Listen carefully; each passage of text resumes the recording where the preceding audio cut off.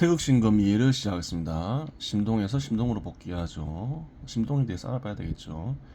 위순환 형태의 출발점이 되는 심동은 표상이나 관념을 생성시키는 활동이라고 하겠습니다. 물을 정성하여 뜻을 생성시키고 개념을 생성시키고 문장을 생성시키는 과정인데, 문장은 인지 가능한 표현된 상태이니 반드시 문장이어야 할 이유는 없습니다. 구체적 질을 지닌 시각적인 것, 청각적인 것, 후각적인 것, 미각적인 것, 촉각적인 것과 같은 표상도 가능하긴 한데, 뜻을 간직하면 표상이겠죠. 실상 어떠한 것이든 구체적 질을 지닌 것이라면 언어로 표현할 수도 있는 것이니 문장이라고 해도 틀린 것은 아닙니다. 심동은 심동소산을 얻기 위한 과정인데, 심동은 인간이라면 누구나 행하고 있는 것이라고 하겠습니다. 하지만 일반적으로 개개인의 의지를 실현하기 위해 심동을 사용하지 심동 자체를 인지하고 심동소산을 얻고자 하는 노력은 소수 인간들에 의해서만 행해지고 있습니다. 예술작품이나 진리나 진실을 탐구하는데 종사하는 인간들은 심동소산을 얻고자 심동지출을 행하지만 심동 자체를 연구하지 않는 경우가 많습니다. 이러한 경우 노력은 모두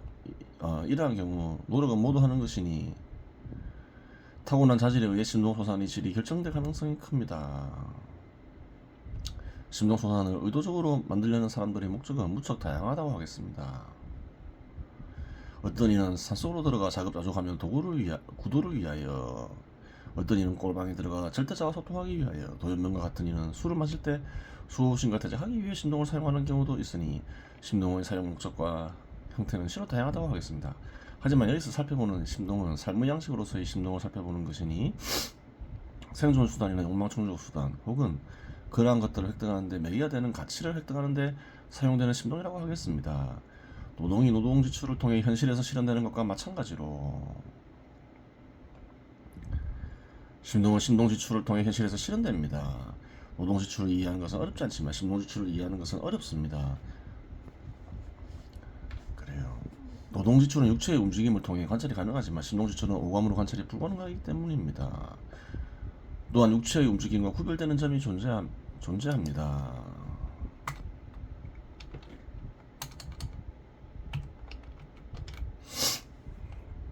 육체적 활동은 저절로 일어나는 것이 아닙니다.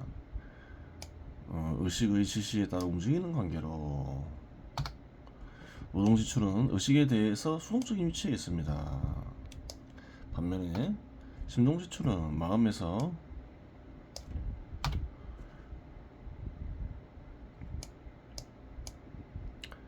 절로 일어납니다.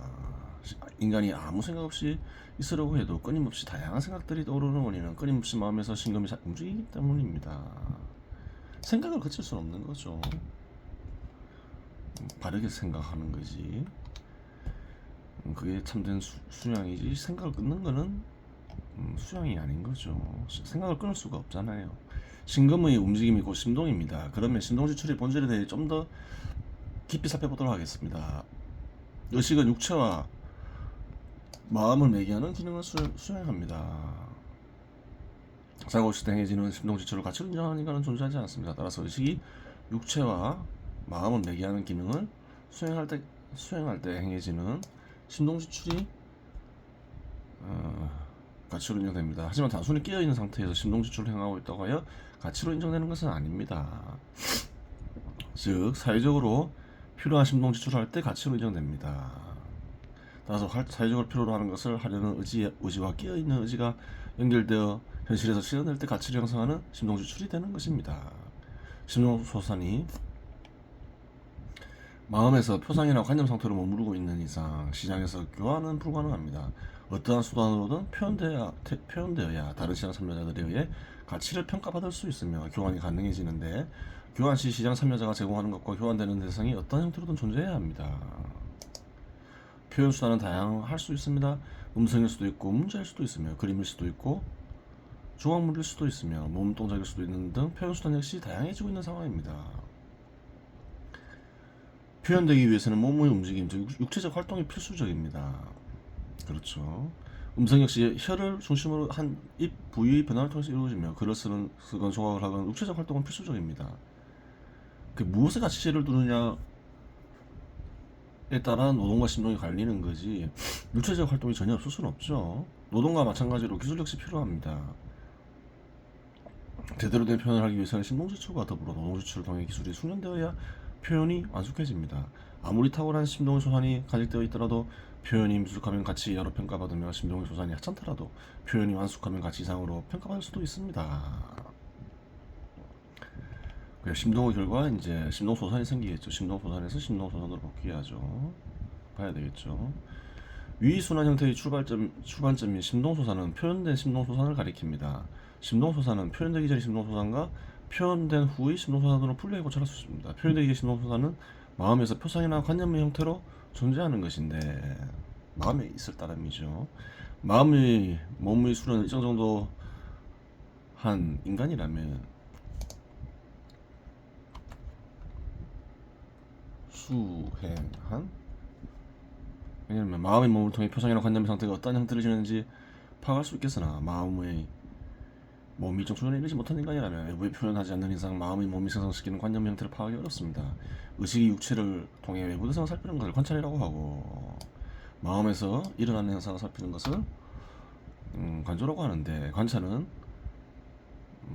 방법을 모른다고 하더라도 저절로 이루어지는 것이지만 관조는 방법을 모르고 일정 수준의 깨달음에 이르지 못하면 이루어지지 않기 때문입니다. 따라서 표현이라는 노동지출을 심동지출과 동시에 진행함으로써 표상이나 관념의 상태를 구체화하는 것이 일반적이라고 하겠습니다. 어떠한 육체적 활동에도 의식의 활동이 개입되어 있습니다. 그렇죠. 단순히 걷는 행위에도 목적지, 가능 방식, 시간 등 심동이 개입되어 있습니다. 따라서 인간에 의해 만들어진 모든 것은 심동소산이 결합되어 있습니다. 따라서 심동소산과 노동의 소산 역시 심동지출과 노동지출의 비중의 문제라고 했습니다. 가치가 어디 있냐 이거죠.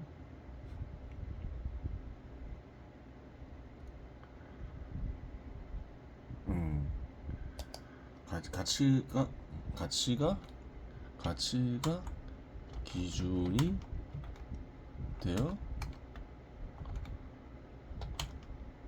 구별됩니다. 그래요.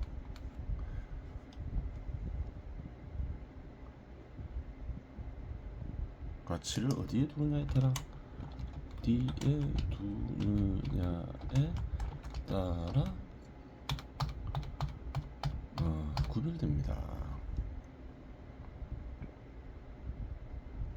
앞에서 살펴보았듯이 3배옷을 만드는데도 심동이 발견됩니다. 하지만 노동지출 역시 상당한 양을 필요로 하기에 협업이 진행됩니다. 반면에 그림을 그릴 때 표현 기술이 충분히 습득된 상태에서는 새로운 표상을 창조하는 관념을 획득하는 것이 중요하기에 심동지출 역할이 중요하지 노동지출이 좋은 작품을 만드는 데 큰 기능을 수행하는 것은 아닙니다. 그래요.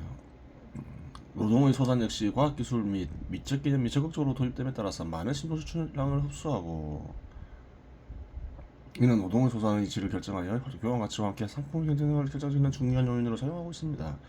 물론 개별 노동 생산물이 각각의 속성에 따라 필요로 하는 심동지출량은 다릅니다. 그렇겠죠.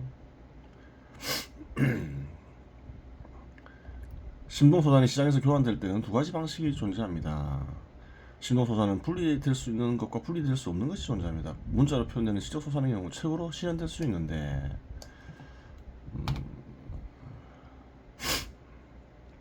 책에서 중요한 것은 종이가 아니라 책에 적히는 문자입니다. 따라서 문자는 분리되어 다른 종이에 쓰여질 수 있는데 책 표지 모양과 색상이 다르다고 하더라도 종이에 적힌 문자만 동일하다면 수요자에게 동일한 기능을 수행한다고 할 수 있습니다. 이는 그 책을 소비하는 수요자는 문자 속에 간직된 뜻을 소비하지 책 표지를 소비하는 것이 아니기 때문입니다. 따라서 문자로 실현되는 심동소산은 수요자의 수만큼 동일한 양에 해당하는 생산물을 만들어낼 수 있습니다. 이러한 경우 책을 판매함으로써 심동소산을 만들어낸 사람은 대가를 얻을 수 있습니다. 소득을 얻을 수 있습니다. 그렇죠. 그렇겠죠. 시장에서 형성된 책의 가격은 현 시대에서 고가의 상품은 아닙니다. 따라서 많은 양의 책을 판매하면 판매할수록 상품 가격의 일부를 취함으로써 큰 대가를 획득하게 됩니다. 하지만 만약 자필로 직접 쓴 책이 있다면 내용과 별개로 자필 역시 가치를 지닐 수 있는데 이 경우는 자필로 선택과 분리될 수 없기 때문에 저자가 역사적으로 의의를 지닌 경우 고가로 거래되는 경우도 존재합니다. 그렇겠죠.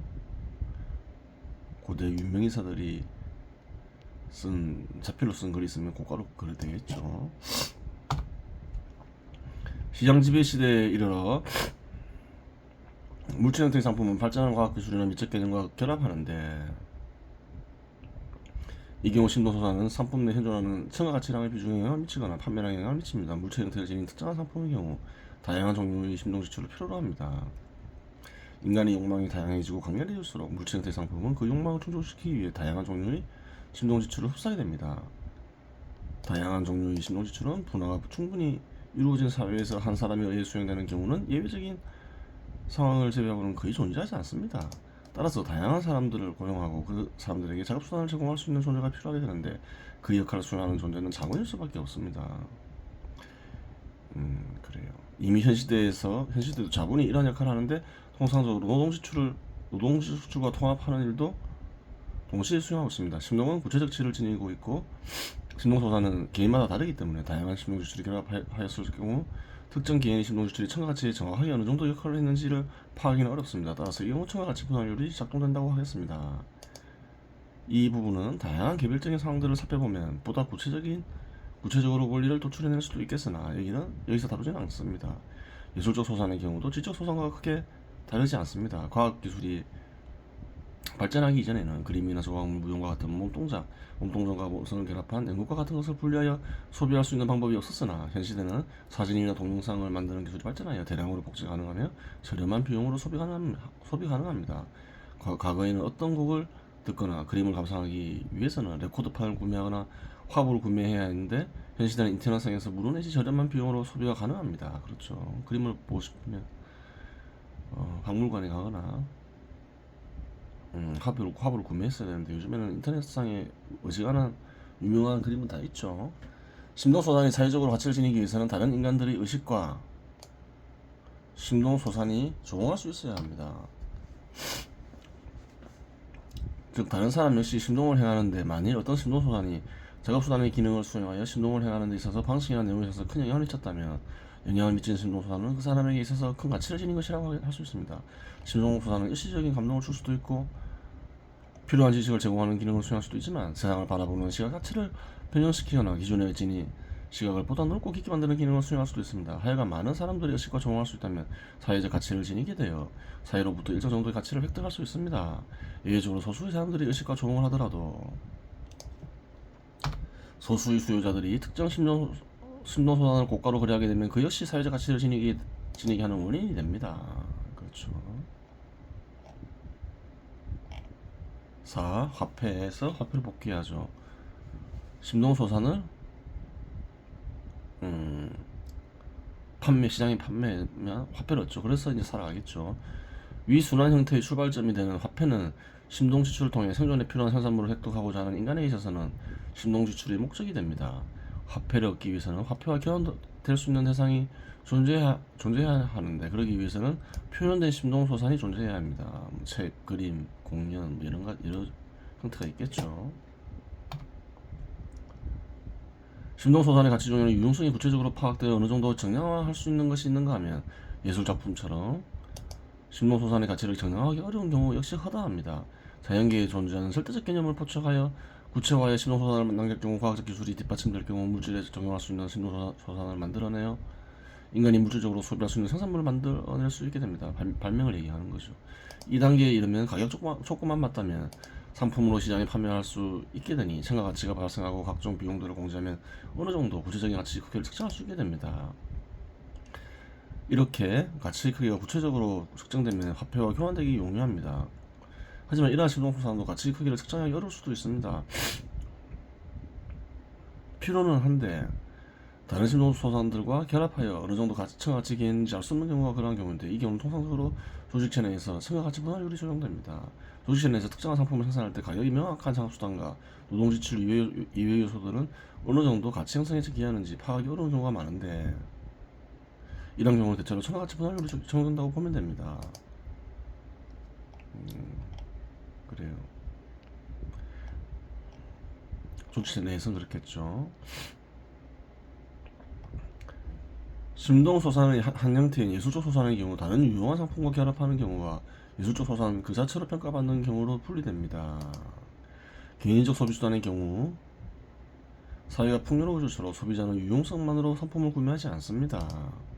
유용성에 큰 차이가 없다면 형태나 색상과 같은 것을 보고 선택하는데 이는 미적 개념이 적용한 것이 큰 원인이 됩니다. 따라서 유용성을 제공하는 상품에도 대부분 예술적 소산이 결합되고 있는 것이 현실적 상황입니다.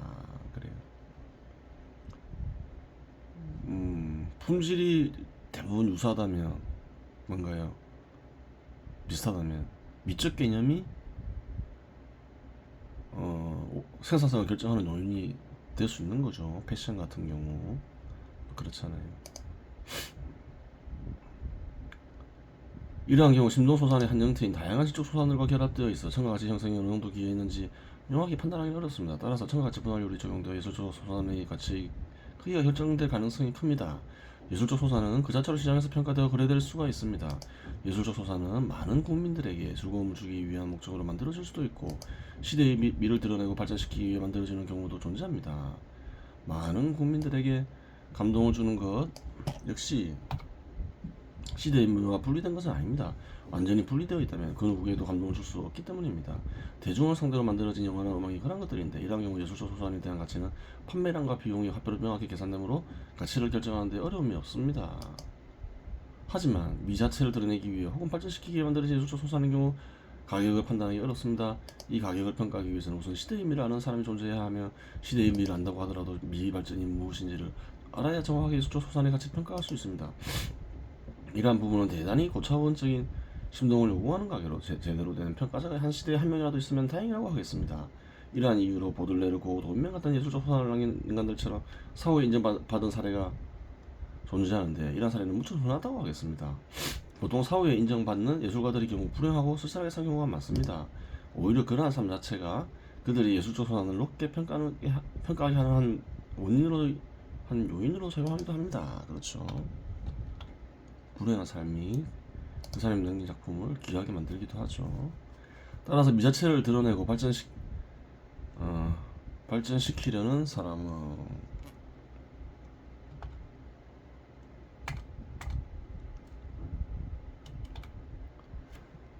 부와 권력을 탐해서는 안 되며 부와 권력에 관심이 있다면 많은 인간들에게 감동을 준다는 목적으로 작품을 만들어야 합니다. 그렇죠. 대중적인 작품을 만들어야 되죠. 부와 권력을 부가 탐이 나면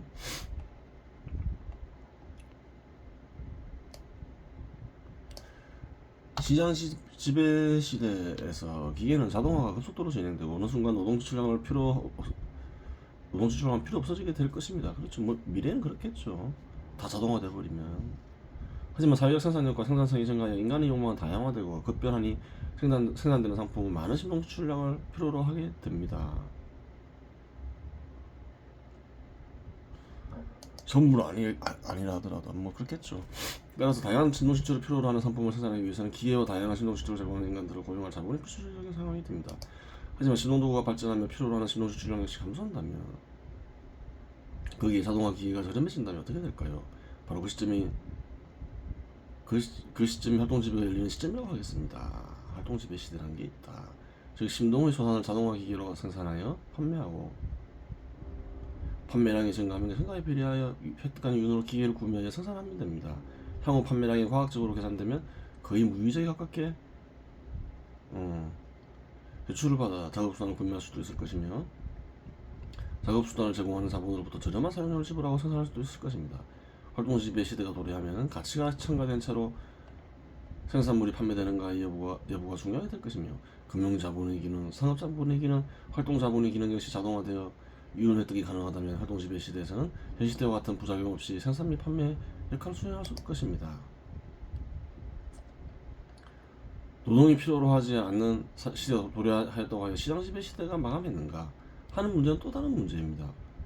여전히 시장에 의지하여 사람들이 필요한 수단을 구매하여 살아가고 있다면 그러한 활동지배 시대는 시장지배 시대의 발전된 한 형태일 따름입니다. 그렇죠. 교환을 통해서 새로운 수단을 얻고 있다면 여전히 그냥 시장지배 시대인 거죠. 하지만 사회 구성원들은 대부분이 시장에 크게 의지하지 않고 살아간다면 그러한 활동 지배 시대는 완전한 새로운 시대가 될 것입니다. 앞에서 언급한 활동 지배 시대는 화폐로도 살아간다는 점에서 앞에서 제시한 그렇죠. 화폐를 얻으니까 시장에서 활동 지배 시대는 화폐로도 살아간다는 점에서 시장 지배 시대의 발전된 형태로 볼 수 있습니다. 근데 화폐를 얻지 않고 자동화된 기계를 개인적으로 소유해서 자급 조작이 가능하다면 이제 그 활동 지배 시대는 새로운 시대가 되는 거죠. 10. 자연에서 의지, 생산물에서 소비. 노동이나 심동이 없죠. 의지도 신동으로 볼 수 있겠죠. 바로 생산물로 이어지죠. 자연에서. 삶의 양식의 최우순환 형태 한번 보겠습니다. 현 시대에 이와 같은 건 없죠. 이러한 삶의 양식이 있을 수는 없죠. 현 시대의 기술로는. 삶의 양식은 인간들이 필요로 하는 생산물을 획득하는 과정이라고 말할 수 있습니다. 어떠한 삶의 양식이든 인간과 작업수단이 결합되는데 작업수단에는 심동수단과 노동수단이 존재합니다. 삶의 양식에서 생산물을 획득하기 위해 인간에게 필요로 하는 것은 심동지출이나 노동지출이 됩니다. 삶의 양식의 최우순환 형태를 하기 위해서는 위에서 언급한 요소들이 극단적으로 발전한 형태를 알아야 하는데 각 요소들이 발전할 수 있는 최후 형태를 도출해내면 삶의 양식의 최우순환 형태 역시 도출할 수 있다는 결론이 나옵니다. 물론 앞으로 언급할 최후 형태에 인간이 이르지 못할 수도 있습니다. 자연 환경 역시 변하니 먼 미래에 인간이 극복하기 어려운 환경이 어려운 재앙이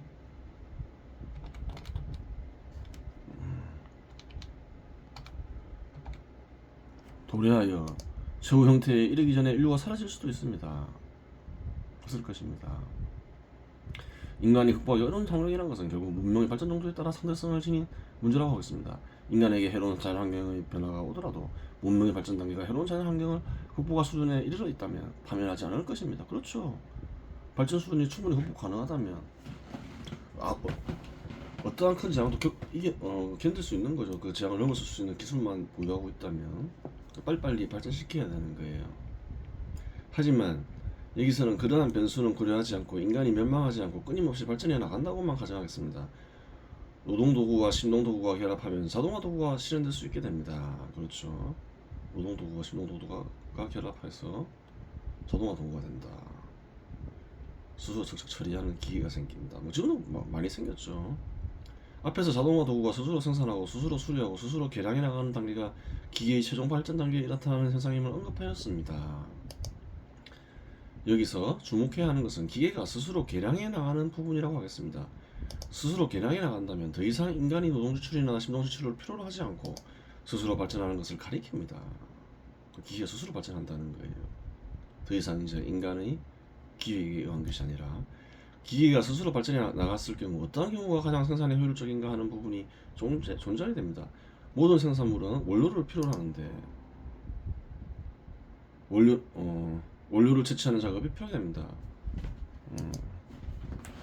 자연으로부터 그렇죠. 자동화 기계 입장에서 원료 채취, 원료 가공의 단계를 일일이 거쳐 생산물을 만드는 것은 원료 채취, 가공을 동시에 진행하는 것보다 비효율적인 것임이 분명합니다. 따라서 자동화 기계는 개량의 최후 단계에서 그러한 비효율성을 제거하기 위해 원료 채취, 가공을 동시에 진행하려고 할 것입니다. 원료 채취와 가공을 동시에 하고자 하면 어떻게 해야 될까요? 그러면 어떻게 하면 그것이 가능한가 하는 부분이 발생합니다. 그것은 의외로 간단합니다. 자동화 기계가 지구와 합체하면 됩니다. 자동화 기계는 스스로 개량하면서 발전해 나가니까 합쳐지면 되는 거죠. 자동화 기계가 지구가 되고 지구는 자동화 기계가 된다고 하겠습니다. 자동화 기계와 지구가 합쳐진 상태가 지구가 되니 자연 속의 작업수단이 간직되게 되고 자연이 곧 작업수단이 되는 거죠. 자동적인 작업수단이 되는 거죠.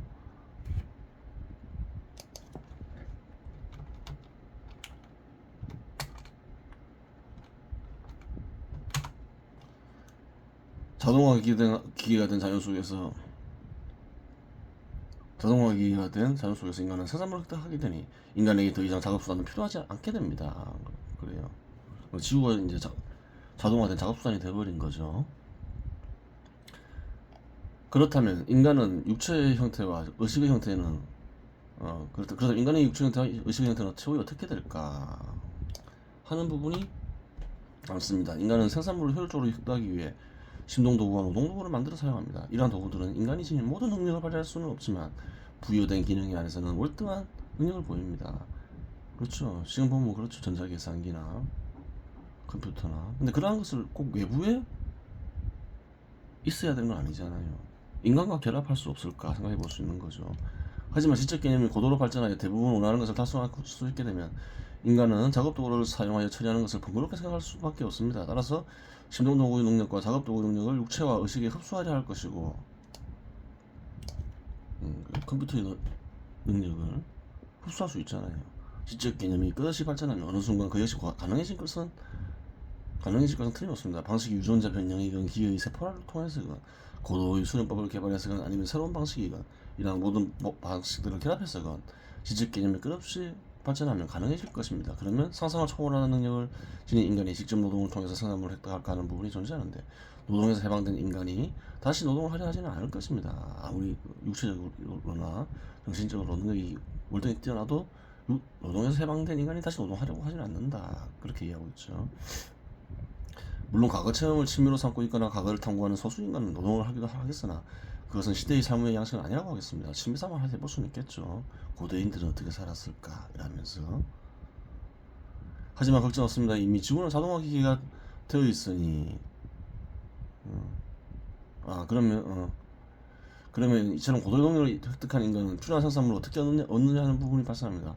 하지만 걱정 없습니다. 이미 지구는 자동화 기기가 되어 있으니 주거 공간이 필요하면 외치기만 하면 됩니다. 집 지어라 그러면 자연의 일부분이 자동적으로 변형되어 지구의 일부분이 그렇겠죠. 자동적으로 변형되어 집이 되고 이동수단이 필요해라고 했지만 자연의 일부분이 변형되어 지구의 일부분이 변형되어 이동수단이 된다고 하겠습니다. 그러면 인간은 자연에서 변형된 가공물을 소비만 하면 된다고 하겠습니다. 그렇죠. 지구가 곧 자동화 기계가 되면 그렇게 되겠죠. 이러한 시대에서 살아가는 인간 역시 인간에게 발전적으로 활동하려 할 것입니다. 인생의 보편적 목적은 발전적으로 활동하는 것이니 아무리 물질적 풍요를 누리더라도 발전적으로 활동하지 못하면 불행하다고 생각하는 것이 인간이기 때문입니다. 따라서 심동소산이 지적소산, 예술적 소산을 만들려고 할 것이며 육체의 단련도 시도할 것입니다. 지금과는 비교할 수 없는 육체적인 능력을 지닌 인간이 왜 육체적 단련을 하느냐는 의문을 지닐 수 있습니다. 육체적 능력이 역시 상대적인 것으로 의식은 판단합니다. 육체적 능력이 평균적으로 수십 배가 증가하더라도 구성원들 사이에서는 차이가 발생할 수밖에 없습니다. 따라서 육체적 능력이 평균적으로 크게 상승한다고 해요. 육체적 관련이 사라지는 것은 아닙니다. 또한 자기가 창조한 소산을 시장에 판매하려 할 것입니다. 필요한 것을 스스로 얻을 수 있는데 시장에 존재할 수 있냐고 물을 수도 있겠으나 인간은 스스로 만들어낸 것을 시장에 팔려고 시도할 수밖에 없습니다. 여기엔 두 가지 이유가 있는데 첫 번째는 창조한 소산이 팔린다는 것은 사회로부터 창조한 소산이 가치 있는 소산이라고 인정받는 것을 의미하기 때문에 결국 소산을 창조하는 활동이 발전적 활동이었음을 입증한 것이 됩니다. 즉 발전적 활동을 했음을 인정받기 위해 판매를 시도하게 되는 것입니다. 두 번째는 타인이 창조한 생산물을 소비하기 위해서는 화폐가 필요하기 때문입니다. 스스로 필요한 것을 얻을 수 있다고 하여 만족하고 살 일은 절대로 발생하지 않습니다. 인간의 욕망은 풍족해질수록 더욱 다양해지고 고상해지는 법이니 자기가 생산한 생산물만을 소비하면서 살아가려고 하지 않고 타인의 생산물을 소비함으로써 욕망을 충족시키려 할 것입니다. 이러한 이유로 의지만으로 생산물을 획득할 수 있는 시대에도 시장은 존재하게 되는 것입니다. 하지만 이러한 곳에서는 생존을 전적으로 시장에 의지하지 않는다는 점에서 시장 지배 시대와는 완전히 구별됩니다. 즉 마침내 시장 지배 시대는 막을 내리고 새로운 시대가 열리게 되는 것입니다. 의지만으로 능히 필요한 것을 얻을 수 있으니 마침내 인간은 신승과는 완전히 구별되게 됩니다. 따라서 이러한 시대는 신인류 시대, 즉 절대자의 대리인 시대라고 규정할 수 있습니다. 그렇죠. 의지만으로 모든 것을 얻을 수 있으니까 필요한 것을 거의 신과 유사해지는 거죠.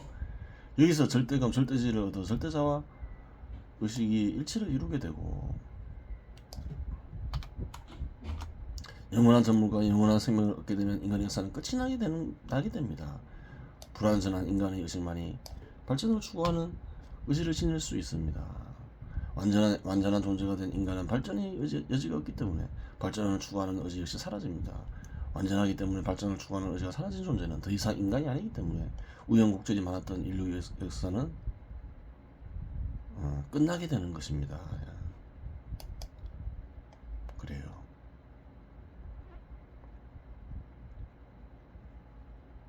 마침내 끝나게 되는 것입니다. 그래요.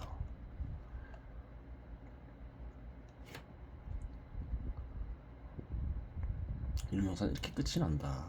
인간이 지구가 자동화 기계가 되고 의지만으로 모든 것을 얻을 수 있는 얻게 되며 불로 불사하게 되면서 이제 인류 역사는 끝이 나고 시장 지배 시대도 마감하면서 그냥 그래요. 신과 같이 된 인간의 시대가 도래한다.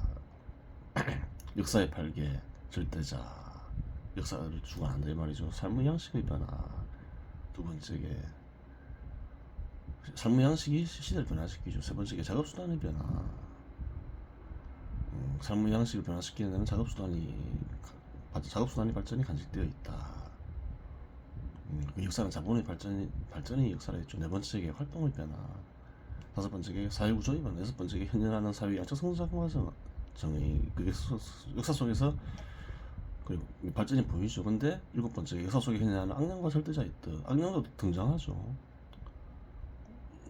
그러면서 이제 역사 속에 현존하는 이성국가의 혼도 마침내 드러나는 거예요.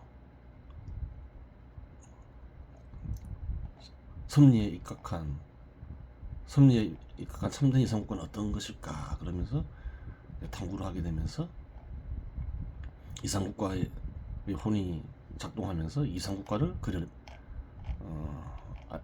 이상국가를 드러내는 것이죠. 그래요. 이번 시간에 여기서 마치겠습니다.